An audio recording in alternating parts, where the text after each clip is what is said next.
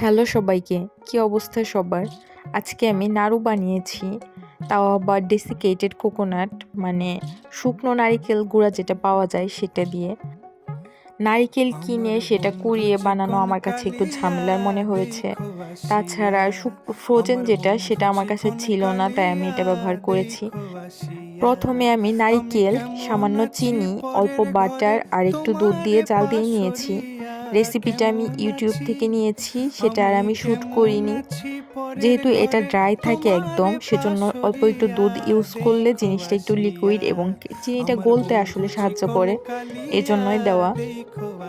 আপনাদের যদি ডেসিকেটেড বা শুকনো নারিকেল দিয়ে এর থেকে ভালো কোনো রেসিপি জানা থাকে আমাকে কমেন্টে অবশ্যই জানাবেন। রেসিপি ভালো লাগলে আমি সেভাবে বানানোর চেষ্টা করব নেক্সট টাইম।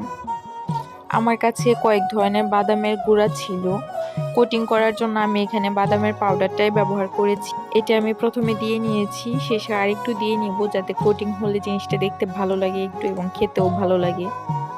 রাউন্ড শেপ দেওয়ার জন্য প্রথমে আমি 2 হাত দিয়ে বানাচ্ছিলাম, তবে পরে মনে হয়েছে এক হাত দিয়ে আসলে জিনিসটা ভালো হয়, সেজন্য পরে সবগুলো এক হাত দিয়ে বানিয়েছি। আমি একদম সরাসরি যে নারকেল সেটার নাড়ু খেয়েছি এবং এটার নাড়ু আমি টেস্ট করেছি। আমার কাছে মনে হয়েছে দুইটা দুই রকম টেস্ট, তবে ফ্রোজেনটা দিয়ে কখনো ট্রাই করিনি, ট্রাই করব নেক্সট টাইম।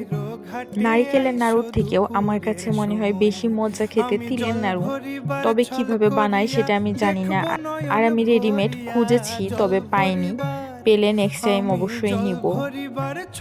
নাড়ুর থেকে আসলে আমার বাটিটা ছোট হয়ে গেছে। আসলে আমি এতগুলো করতে চাইনি, তবে আমি কোয়ান্টিটি বুঝিনি। আমি এখানে 250 গ্রামের মতো নারিকেল ব্যবহার করেছি। প্রথম দিকে আমি একটু ছোট ছোট গোল গোল করার চেষ্টা করছিলাম, তবে আমার আর এনার্জি হয়নি, তাই আমি বড় বড় করে জাস্ট রাউন্ড শেপ দিয়ে রেখে দিয়েছি। আসলে একই তো ব্যাপার, খাওয়া হলেই হলো। আর কিসের নাড়ু বানানো যায় বা খেতে অনেক মজা আমাকে অবশ্যই জানাবেন। আমি আর কোনো কিছু মনে হয় না ট্রাই করেছি তিল আর নারকেল ছাড়া। আমার নাড়ুগুলো বানানো শেষ হয়ে গেছে। যেহেতু বাটিটা ছোট, তাই একটু ঠান্ডা করার জন্য আমি আবার বড় বাটিতে ট্রান্সফার করছিলাম সবগুলো। একটু ঠান্ডা হয়ে এলে এগুলো আমি একটা এয়ারটাইট বক্সে রেখে দিব। ফ্রিজে রাখবো না, আমি বাইরেই রাখবো, নষ্ট হওয়ার কথা না আশা করি। দেখা যাক কতদিন ভালো থাকে। এ পর্যন্ত দেখার জন্য ধন্যবাদ সবাইকে।